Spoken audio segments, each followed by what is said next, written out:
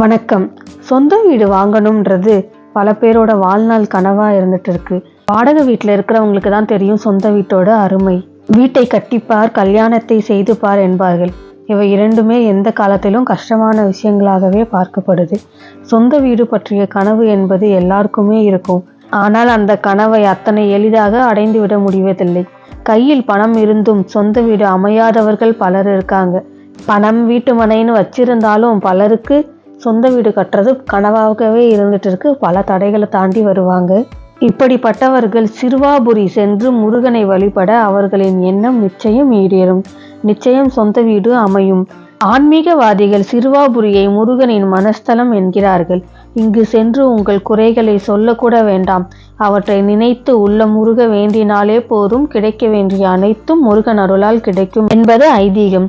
சிறுவாபுரிக்கு செல்பவர்களில் அநேகம் பேர் சொந்த வீடு அமைய வேண்டும் என்ற கோரிக்கையுடன் தான் இங்குள்ள இறைவனை மனதார வந்து வேண்டுகின்றனர். எங்கு உள்ளது இந்த சிறுவாபுரி முருகன் கோயில்?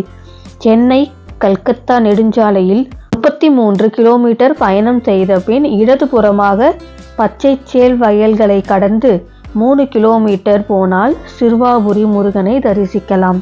அதாவது பசுமை கட்டி நிற்கும் நெல் வயல்களை கடந்து போனோம் என்றால் சிறுவாபுரி கிராமத்தின் வடகிழக்கு மூலையில் இருக்கிறது அருள்மிகு பாலசுப்பிரமணிய சுவாமி திருக்கோவில். சென்னையிலிருந்து செல்பவர்கள் செங்குன்றம் காரனோடை வழியாகவும் மீஞ்சூர் பொன்னேரி வழியாகவும் இந்த ஊரை அடையலாம். இவ்வூர் சிறுவாபுரி, சின்னம்பேடு, சிறுவை, தென் சிறுவாபுரி, குசலாபுரி என்னும் பல பெயர்களால் அழைக்கப்படுகிறது. இராமாயண காலத்தில் ராமருக்கும் லவகுசனுக்கும் போர் நடந்த இடம் என்று கூறப்படுகிறது.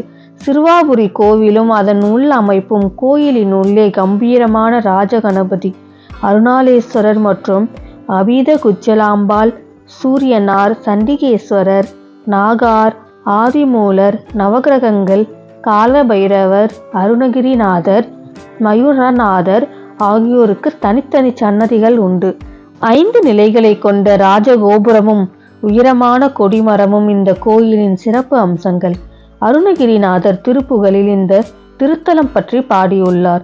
மூலவர் பாலசுப்பிரமணிய சுவாமி 4.5 அடி உயரத்தில் நின்ற திருக்கோலத்தில் பக்தர்களுக்கு அருள்பாலிக்கிறார். பாலசுப்பிரமணியரை தவிர அனைத்து தெய்வங்களும் மரகத பச்சை கல்லால் ஆனவை. இதை போல வேறெங்கும் காண முடியாது. கோவிலின் தலவிருஷமாக மகிழ மரம் திகழ்கின்றது. திருக்கார்த்திகை, நவராத்திரி, தைப்பூசம், பங்குனி உத்திரம் ஆகிய விழாக்கள் இங்கே சிறப்பாக கொண்டாடப்படுகிறது. இப்படி சிறப்பு பெற்ற இந்த கோவில்களுக்கு ஒரு முறையாவது நீங்கள் சென்று வந்தாலே போதும். உங்களுடைய சொந்த வீடோட கனவு நிஜமாகும்.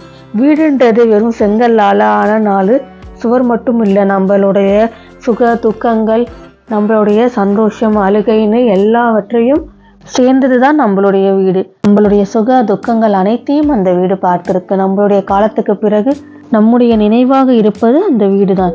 நிலம், வீடு, வீட்டு மனை என பூமி சார்ந்த எந்த விஷயம் என்றாலும் இந்த சிறுவாபுரிக்கு வந்து முருகனை வணங்கி செல்லுங்கள். நிச்சயம் உங்கள் எண்ணம் நீங்கள் நினைப்பதை காட்டிலும் அற்புதமாக ஈடேறும். இது போன்ற பல தகவல்கள் மற்றும் ராசி பலன்கள்லாம் தெரிஞ்சுக்கொள்ள நம்ம சேனலை சப்ஸ்கிரைப் பண்ணிக்கோங்க. நன்றி.